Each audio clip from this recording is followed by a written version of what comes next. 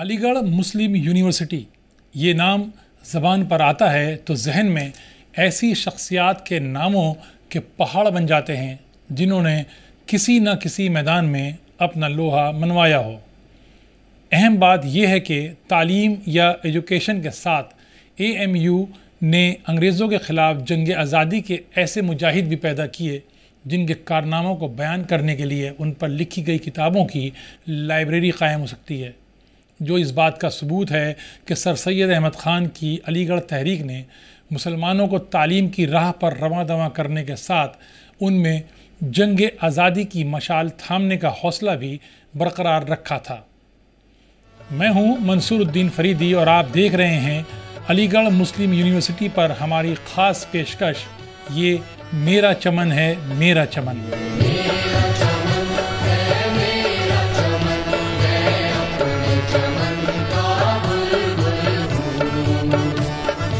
اگر بات علی گڑھ مسلم یونیورسٹی کی ہوتی ہے تو اس کے قیام کے بعد ایک اہم چیلنج تھا، وہ یقیناً آزادی کی جنگ ہی تھی۔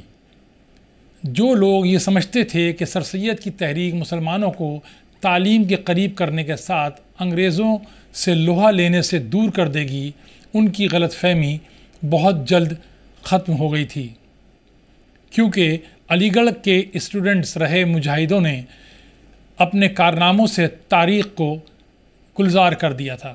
اہم بات یہ ہے کہ ان ہستیوں کی لڑائی کسی ایک ریاست تک محدود نہیں رہی، بلکہ یہ علیگ یعنی سابق اسٹوڈنٹس ہندوستان کے کونے کونے میں پھیلے ہوئے تھے۔ ہر کسی نے اپنے علاقے سے آزادی کی تحریک کو مضبوط کیا۔ جب ہم جنگ آزادی کے متوالوں کی فہرست پر نظر ڈالیں گے تو AMU سے تعلق رکھنے والوں ناموں کی ایک لمبی فہرست نظر آئے گی۔ بڑے بڑے ناموں اور مقبول چہروں کی کہکشاں اس بات کی گواہی دیتی ہے کہ جنگ آزادی میں AMU کا کردار گولڈن رہا تھا، جبکہ اب گمنام مجاہدین آزادی کی تلاش مہم میں بھی ایسے ایسے نام سامنے آ رہے ہیں جنہیں اب تک تاریخ نے فراموش کر رکھا تھا۔ AMU سے انقلابی نعروں کی گونج ملک کے کونے کونے میں سنی گئی۔ اگر ایسے مجاہدین آزادی کے ناموں کی بات کریں جو AMU کے اسٹوڈنٹ رہے تھے، ان میں موسیٰ خان شیروانی، طفیل احمد منگلوری، مولانا شوکت علی، مولانا محمد علی جوہر، حسرت موہانی، ظفر علی خان، تصدق احمد شیروانی، راجہ مہندر پرتاپ، سید محمود، سیف الدین کچلو، رفیع احمد قدوائی، کنور محمد اشرف، شیخ محمد عبداللہ، قاضی جلیل عباسی، قاضی عدیل عباسی، عبدالغفور، حافظ محمد ابراہیم، عبدالقیوم انصاری، عبدالرحمن خان، عبدالغفار خان، کیپٹن عباس علی خان، ڈاکٹر ذاکر حسین اور محمد حبیب جیسے نام شامل ہیں۔ یہی نہیں، آزادی کی جنگ میں عورتوں کی حصہ داری کا ذکر ہوتا ہے تو بیگم خورشید خواجہ، بیگم نشاط النساء، ڈاکٹر رشید جہاں، عصمت چغتائی اور نظر سجاد حیدر کے نام قابل ذکر ہیں، جنہوں نے صحافت اور ادبی تحریروں کے ذریعے ہماری جدوجہد آزادی میں حصہ لیا۔ AMU سے تعلق رکھنے والے کچھ مجاہدین آزادی کے تعارف کی بات کریں تو ایک اہم نام ہے مولانا سیٹھ یعقوب حسن کا، جو MO کالج علی گڑھ کے طالب علم رہے۔ جنوبی ہندوستان کے اہم سیاستداں خلافت اور نان کوآپریشن موومنٹ میں شامل رہے، مدراس اسمبلی میں ممبر تھے۔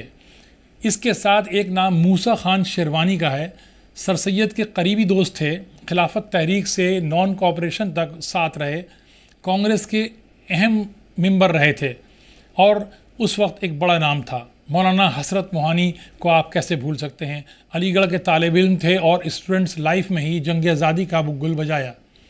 عظیم انقلابی رہنما نے انقلاب زندہ باد کا نعرہ دیا، متعدد بار جیل گئے۔ ان کے ساتھ ایک انقلابی تھے راجہ مہندر پرتاپ۔ علی گڑھ کے نامور سپوت جنہیں مولانا برکت اللہ بھوپالی اور دیگر انقلابیوں کے ساتھ کابل افغانستان میں 1917 میں جلا وطن حکومت قائم کی تھی، راجہ مہندر پرتاپ اس حکومت کے صدر کے عہدے پر فائز ہوئے اور برکت اللہ بھوپالی اس کے وزیر اعظم۔